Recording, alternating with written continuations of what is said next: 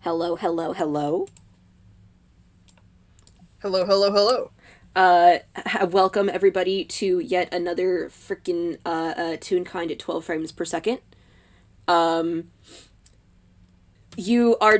your lovely hosts today are me, Noah, and Me, RJ. Hi. hi. So before we go into introducing our characters, I feel like I should let y'all know that if you have not listened to Eclipse Cathedral at all, which was a wonderful, wonderful series of games run by our DM Heartless, this will be very confusing. This will be very confusing. But you know what? That's okay. My character that I will be playing is Millie Nair the Milliner. She is a Frank and Ali Raven hat maker who is very much likes to see the positive in everyone. Meanwhile, I will be playing Decimal Weaver of Fate, a little pedantic asshole who deals in cards and chicanery and shenanigans and is very much not a good person. Mm-hmm. So this is Okay, gonna be interesting. this is going to be very fun. So I think in terms of what we were thinking is this would be maybe like a couple weeks after the finale happens. So we've all had time to like kind of like settle back into our general routines, and Millie, Decimal Millie has invited you to come visit her hat shop. Which uh I assume that you would take her up on the offer because usually that means you get free stuff because she loves giving away stuff. Yeah, he'd probably do that, if nothing else, because it also gives him somewhere new to run some shenanigans. Mm-hmm. Uh, yeah, so her hat shop is one of those locations where it's much larger on the inside than it is on the outside. Um, it is a tiny little place. You open the door, small little bell rings somewhere in the distance, and it is just rows upon rows upon rows of hats organized as far as the eye can see. Has a very nice, warm, homely feeling to it, and it's just generally like a wonderful time. Hold on a second. I need to have Millie roll something because she does that. Yeah, okay. Here we go. All right. Oh, cool. So Cool too. she does in fact hear the bell ringing. So I was just checking, rolling perception to see if she even heard that because she's somewhere off in the back. Um, It's a 30-23. Jeez. yeah. No, Starting off she's good. good. She's good. She's good. Wonderful. Fantastic. She hears. I assume that was the sound of you walking into the shop.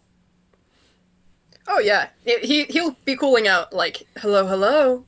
All right, and you hear like some crashing noises. You hear what sounds like a chicken clucking, a few other things, and then and she comes bustling out, proud as ever. Her bonnet is ever so slightly askew, but she fixes it quickly, and she goes, "Hello, welcome to my house." Oh, Decimal, my love, it's wonderful to see you. How are you today? I'm doing rather well. And yourself? Oh, you know how it is. It's been rather busy today. Actually, I was really, really glad to see you. I'm glad to see you received my invitation. All right. I was wondering, if you would be so kind as to follow me, and she gestures for him to do so. He'll go ahead. Is there like a counter before the door to the back room, or is it just there's a door? There's just kind of a door. Like it's one of those places where it shifts depending on need. It is very much magic. Fair enough. She takes you to the back room, and if you thought the storefront was a mess, boy howdy, is the back room even more so. Um, this thing is like, oh my god, how does anyone find anything in this mess? But it seems to work out good for her. Like it's one of those like chaotic things where it makes sense to the person who created it, the system, and no one else. Um, Makes sense. uh, um, There is, however, what looks like a small table, like enough for a few people to sit at, like small dining table. And on the table, sitting there is a small Yup Yang Blue Jay, who has a bunch of paper spread everywhere. and she's got a pencil in her mouth. Uh, yeah, and she just Sophie, finally nice to meet you in person. Sophie looks up. She goes, "Oh, oh, Grandma Millie, who is that, Grandma?" Millie says, "Oh, that is dear friend Decimal. He is. Do not worry, my love. He is here to just spend some time with us. Uh, Sophie here has been working on her schoolwork. She just received all A's last quarter. I'm very, very, very proud of her. Top marks and everything. And you know what? Would you like to roll an insight?" Hell yeah, I would. Decimal's very good at that. That's why I invited you to do so. Holy That's fucking shit! What is it with us when rolling 19s? That's a dirty 28 That is right a there. dirty fucking 28. Okay. You pick up on this instantly. Like, the first thing you notice is not only from what you understood from when you met, like, the not actually Sophie in the Eclipse Cathedral, she was already pretty quiet as is. This Sophie, she doesn't. It feels like she's starting to say stuff, but before she even has a chance to, like, make a noise, Millie is immediately there saying something else.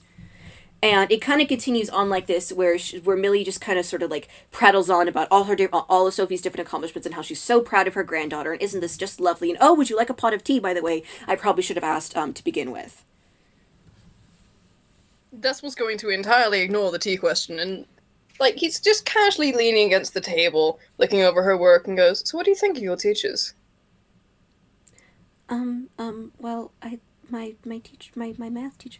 Oh, she absolutely adores all her teachers. I should know. I've met them before. They are very nice, very well trained, and I'm actually quite good friends with her English teacher back a while ago. The English teacher actually taught her mother as well a few years back. Sophie's Interesting, but that doesn't answer my question. What do you think of your teachers, Sophie? Sophie looks up at you nervously. Go on, speak your mind. He's wearing his trademark smirk, but as he says those words, it grows ever so slightly wider. Sophie looks up at him and then back at Millie. And Millie isn't even like picking up on this. She's off, and she didn't notice. She didn't know that you ignored her tea question, and she's already like trying to get tea at the moment. Sophie is just like, well, my teachers, they're okay. And oh, I brought the tea. How are you? Welcome. I brought the tea. Tell me, Sophie, you want honey in yours? Yes, yes, yes. And Sophie nods, like, repeatedly. She's like, yeah, okay, whatever. Millie pours the tea kettle out, pours several cups of tea for everyone, and offers them out, and then gestures for Decimal to sit. Didn't notice anything else going on there. Okay, what was that? One. So you clearly notice this. Decimal pulls out a small flask and just ever so slightly pours a little bit of something into his tea before he drinks some of it. Millie. God, plus 10 on sleight of hand. He still rolls on that one. Millie clucks slightly. She's like, Decimal dearest, what is that? Oh, you know, just a little bit of something spicy. I would appreciate if you did not indulge in such habits in front of my granddaughter. Thank you very much. He tips his head back and laughs. He gets the flask back out and holds it out for her to sniff. I guess Millie does so? It's literally just, chili sauce. Like Carolina Reaper style chili sauce. He was being entirely literal. She coughs because this is like way stronger than she was expecting. She goes, okay, well, apologies for the assumption, but still, if you were looking for something to add onto your drink, you could have asked me for it. Sophie, dearest, how are you doing on your homework? Sophie is almost done with it. She just finished all her math questions. Sophie is a math whiz, by the way. She's very good at math. I love her so much. She's not real, but that's okay. Um, Somebody needs to be good at math, even if it's not me. Uh, um,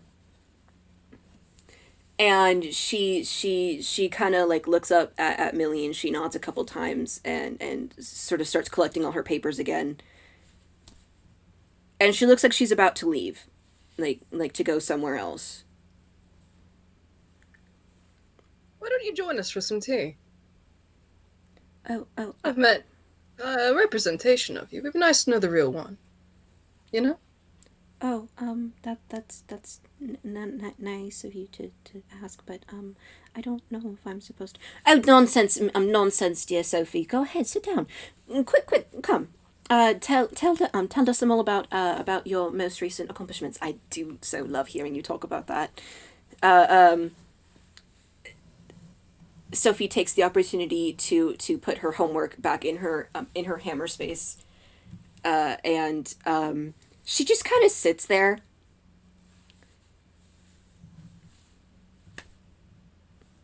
Like she looks like she wants to start saying something, but also her like she's super small. She's shrinking in on herself, and she's just like darting her eyes back and forth. The two of us.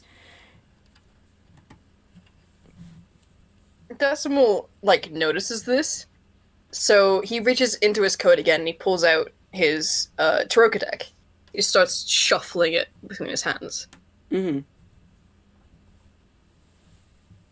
Millie notices this, but for once she does not say anything. Given the events in the finale, Millie would know actually that Decimal doesn't use his Taroka deck as his throwing cards. He uses a different set of cards for that. Mm-hmm. Yeah. But So, she you were telling me about your math teacher? yeah, my her name is Miss her name is Miss Sally, actually, and she is a quite accomplished, rather young if I do say so myself, but she's been relatively well. She's got quite the accomplishments underneath her belt. She's gone to quite the best establishments. Really, I could not ask for a better math teacher for my dearest darling Sophie. Sophie nods. You know, you're great at ventriloquism. Have you ever tried pursuing that talent? And he's aiming this at Sophie.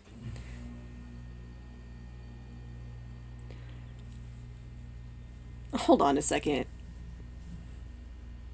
Okay. That's a six. That was supposed to be an insight roll on Millie's end. No, she does not pick this up because I get the.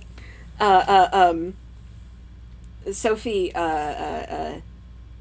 shrugs slightly. She goes, "Well, I actually, I like to study uh, Sophie dearest, she is quite wonderful when it comes to the what do you call it again, love? What do you call it? The uh, I like painting. Yes, painting. That's it. She's quite the artistic thing. She does get it from of course she does inherit it from this side of the family, if I do say so myself. She's actually recently submitted her work into a young artist competition, and I believe, what place did you win again? What place? What did you win again, dear Sophie? Actually, I didn't win anything. She got third place. That's it. That's correct. You know, I'm something of an artist myself, though I tend to focus on more realistic looking endeavors. It's quite a handy skill to have. For once, Sophie actually like looks interested. She like kind of leans in. Does Sophie still have her homework with her? It's in her hammer space, so she'd need to roll to take it out. I don't suppose you'd be able to show me some of your handwriting. Uh, she pulls out one of her pages of pulls out one of her pages of English homework, and it's a little mini essay that she had to write, and she kind of tentatively passes it towards Decimal. Decimal, from his coat, which is also where his hammer space is, pulls out a small journal and looks over her handwriting briefly. It's actually relatively neat considering her age. Like, I assume that she's like fifth grade ish. God damn it! Actually, I'm gonna, because he's done this before. I'm gonna give him advantage on that. That's Holy much fucking better. shit! That's a. Okay, yeah. So what he does, because he has a forgery kit, so he has special pens and whatnot. So he takes out one of these pens from his pocket, and he gets out his journal, and he looks at handwriting for a moment, studies it, and then quickly scrolls out a passage, entirely random text, make out whatever you want, and turns it to her and pushes it in her direction. It is an exact copy of her handwriting, down to all the minute little ticks that you wouldn't even consider. Oh my god. You think she's smiling? Like it certainly seems like she is, and she like looks like there's like a growing inspirational thing in her eyes as she looks up at you. And Millie sees this. Millie sees this and she goes, "Well, that's quite enough of that. You're going to want to put that back, love. Otherwise, you might misplace it later." And the inspiration is automatically extinguished. Sophie quickly puts the page back into her hammer space, and she keeps sipping on her tea.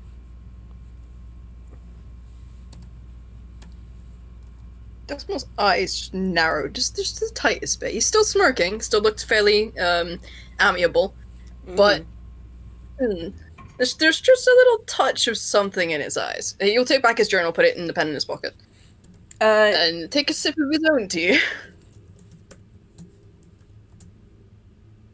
She still picks up nothing. All right, cool.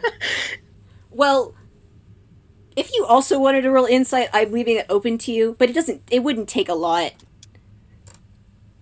I mean, that's a dirty 21. That's really not a great roll for Decimal for insight. But it really didn't take much. You could have straight up rolled a freaking 2, like overall, and then plus, and you would have passed it. Millie's own eyes narrow, and it's like there's sudden tension between her and Decimal.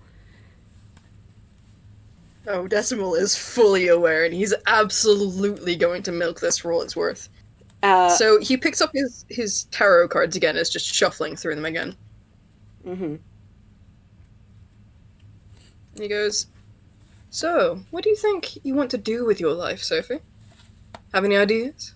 Any dreams you wish to accomplish?"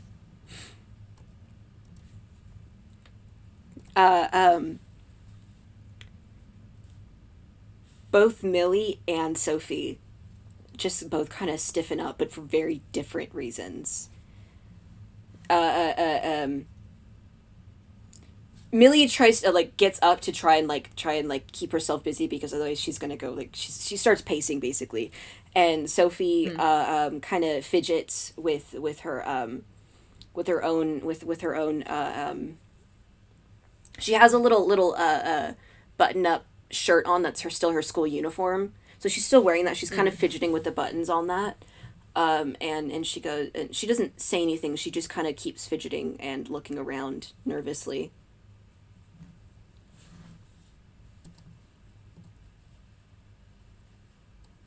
"I sense I've stepped on some toes. I do apologize. I don't mean to pry. I just thought I'd like to hear your voice for once." Go ahead and roll insight if you want. Oh boy, because everyone's been doing just. Well, that's good. That's good. That actually beats. Yeah.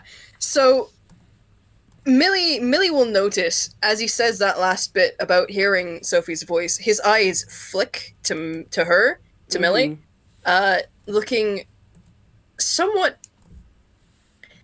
If it were on anyone else, you'd call it angry, but it's Decimal. He doesn't really do angry, So it's more of an amused frustration. Hmm. Hmm. Uh, uh, Millie does notice this as you mentioned, and she goes, Sophie, love, if you would be ever so sweet for me and go and dust the front of on the storefront for me, please. Sophie immediately takes opportunity. She goes, yes, absolutely, absolutely. I'm sorry, yes, absolutely, absolutely. And she runs off, out of earshot. And Millie turns. Millie sits down on the table at the table across from Decimal. She has her wings pressed down, and she's got like very, very, very firm smile on her face. You know, it's not nice to treat people like playthings. I dare say that little girl hasn't had a say in her own life. That's never fun for anyone. She's not a plaything. She's my granddaughter, and I do what's best for her. What you think's best and what she thinks best. Two entirely different ideas, and I get the feeling that you haven't been paying attention to one set. Have you? I don't know why I should be taking criticism from you. Oh ho? And why's that? He like leans forward now. His elbows are on the table with his hands steepled in front of his face. All right, all right. I got to figure out how I'm going to word this because I know what she's going to say. I just have to figure out how she'd say it. Fair enough.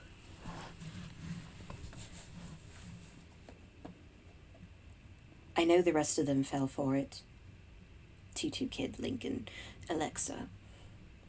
I know they all fell for your charms and good wits and seemingly good terms. You're not a good person. I tried to give you the benefit of the doubt when we first met. Tried to give you a chance to prove yourself otherwise. This was me extending an olive branch, and instead you come into my business.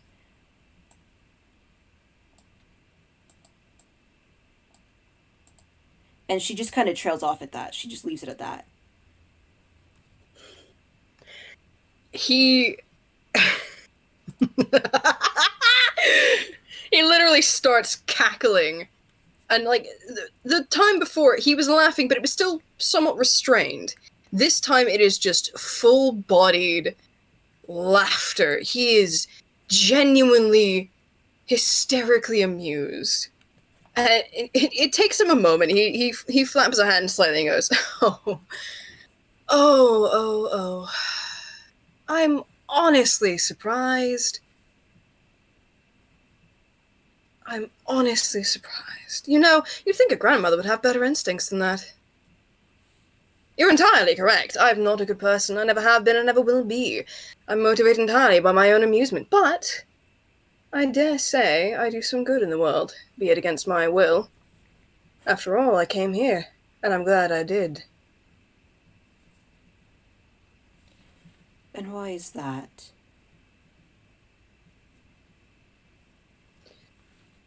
"You accuse me of beguiling people with charm and with wit. You're doing much the same. Throwing up a grandmotherly facade to cover for the way you stifle, cover for the way you control. I saw that little girl, you know. She couldn't get a word in edgeways without you speaking over her. I dare say she might not even have her own opinions, and then what you've instilled in her. That's no way to live. There's no freedom in that.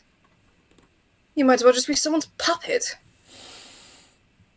And at that, she freezes up. She's like,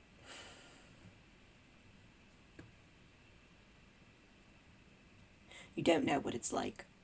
You don't see things from my perspective. You don't understand the absolute. You don't understand how absolutely necessary it is for me to do so. I do these He things. places... Okay. I do these to take care of others. I only have others' best will in my heart. Can you, I know you cannot say the same. He places a hand on his Taroka deck, which has just been sat shuffled on the table, and goes, "Are you sure about that?" Yes. Well, let's consult the weave, shall we?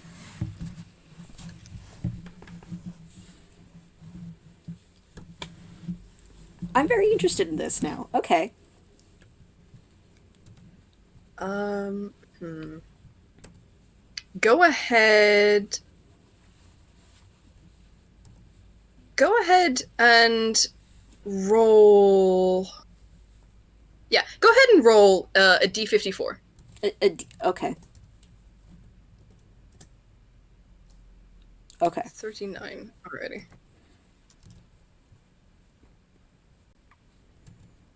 So, 9 of spades. Which is.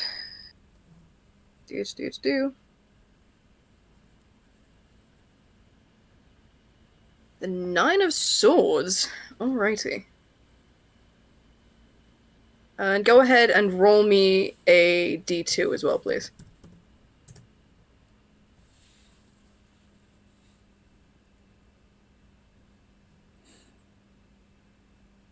Two. Okay, so it comes up in the upright position. Okay. Last time Millie saw any of these cards, like, openly was, Carry on. was when Decimal almost fucking died, so... Oh, this is a very fitting card. Alright, so he pulls the top card, or he finds out, you take a card, he puts the rest in a pile and puts it to one side, takes the card from you and flips it over. And let me see if I can find it in this pile. There it is. You have drawn the 9 of swords. I'm going to put it in the roll zone so everyone can see. You've drawn the torturer. And he sees this card. You've drawn the torturer in the upright position, and he sees this card, and he starts to laugh again. He recollects himself much faster this time, because he's in his persona now. And he goes, "The swords represent aggression and violence, suit of warriors. It also symbolizes power of governments and leaders, both noble and corrupt. This particular sword, the 9 of swords, the torturer, the coming of suffering and merciless cruelty, one who's irredeemably evil or sadistic. You know, it's rather strange for you, who professes to have others' goodwill and protection in mind, to have drawn this card when answering the question, I'm doing this for their own good, aren't I?" Millie is like, she is pale. And for once, she doesn't have anything to say.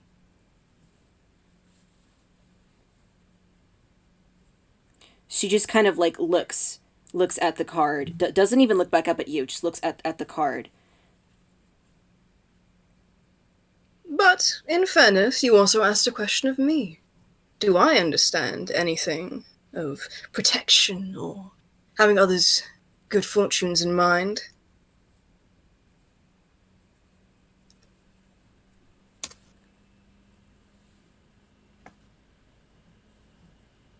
So we shall see. Ooh. Ah. The Master of Hearts. Master of Glyphs. Mm-hmm.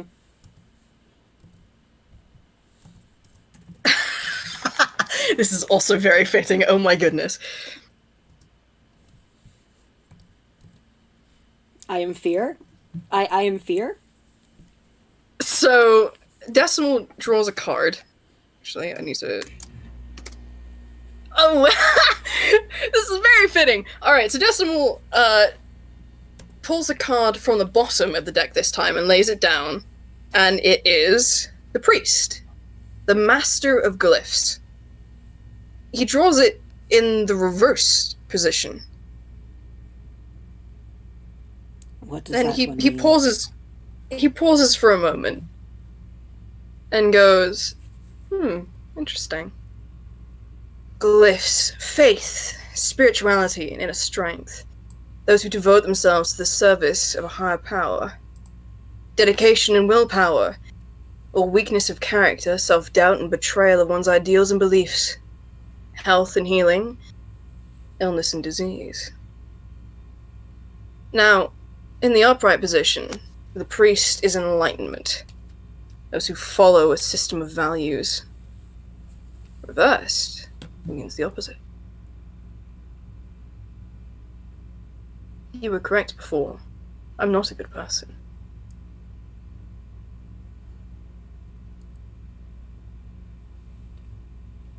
But it seems neither of us are. How dare you? How dare I? And Millie stands up out of her chair, which, because she's so short, it doesn't really do much for her height anyway. But she does it like jerkily. She's like the chair scoots back and she stands up and she plants her wings on the table. She goes, "How dare you?" I'm afraid I have to be more specific. I dare a lot. I invited you here to be friends, to perhaps look at this in a more positive light, to give you a chance at redemption, if you so shall.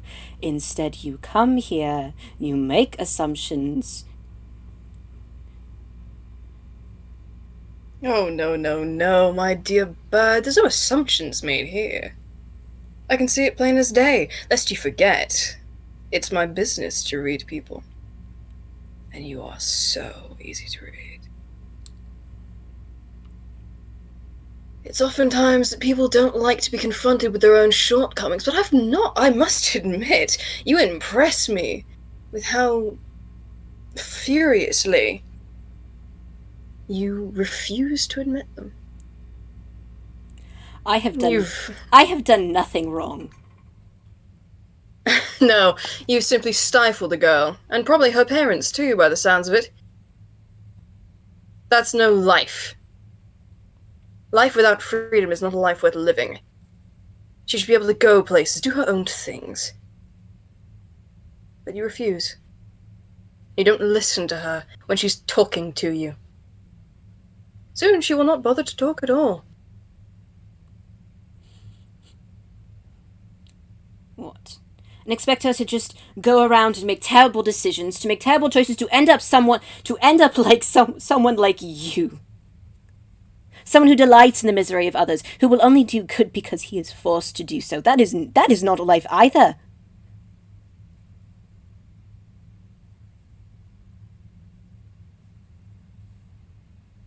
No.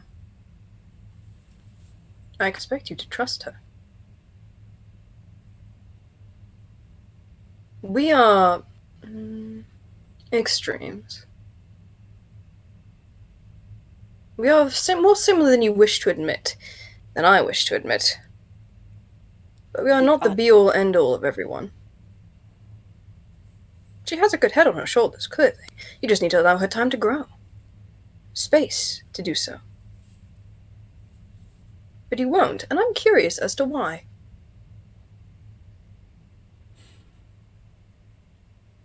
Then keep being curious.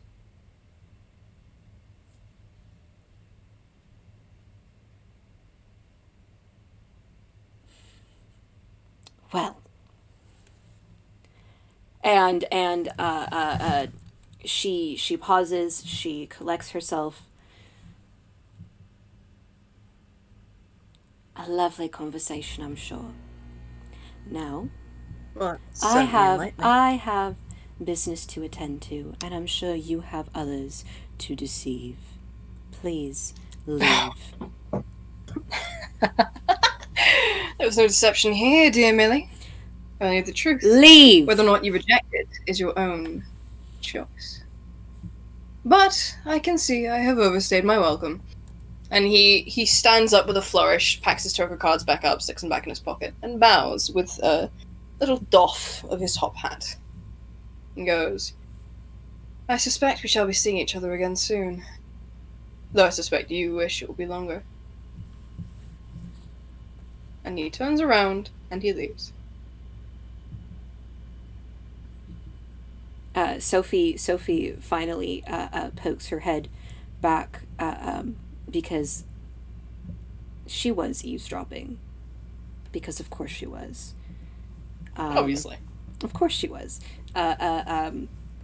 She watches her grandmother very stiffly collect all the cups and start cleaning them and putting them away. Millie is like basically vibrating with near rage, but she won't show it. Of course she won't. And finally, okay. Carry on, carry on.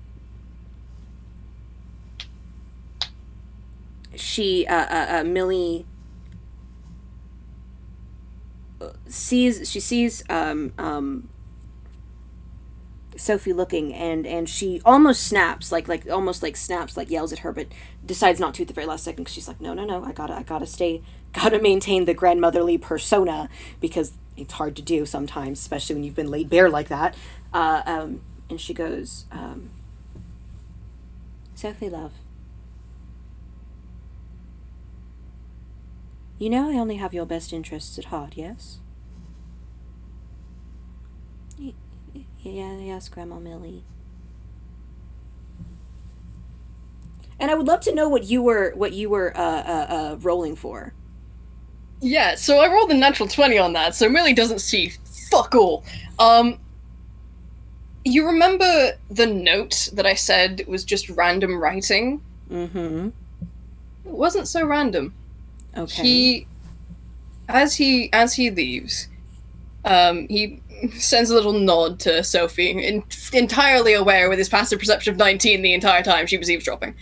And as he moves past her, he takes a note out of his pocket, the same pocket he put the journal in, and just slips it into one of her pockets. Okay. Am I the player allowed to know what it said? Is she gonna open it and read it? Um. Once Millie says her thing and Sophie says, yeah, of course. He says, good girl. Goes back to her work, and Sophie takes the opportunity to hide away in a corner and pull out the note and read it. In her own handwriting, it reads, there's always adventure to be found on the road if only you're brave enough to find it.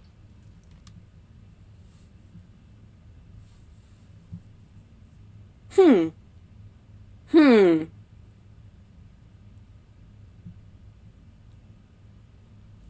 Sophie looks at it and she smiles slightly and she folds it back up and puts it back in her pockets.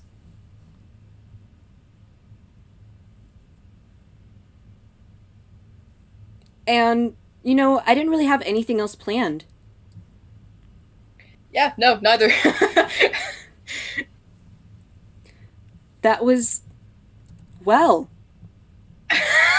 Those card draws went so much better than I could have hoped. God, same. That was, oh my god. Oh. I didn't even plan for that. I was gonna have him, depending on the card that came up, I was just gonna have him roll sleight of hand to see if he could fudge the rolls a bit. But no, Millie just drew the one of the best cards she could have drawn for that. That is, okay. Okay. Well, I'm personally gonna end the recording on my end now. You good with that? I will do the same. Bye, everybody.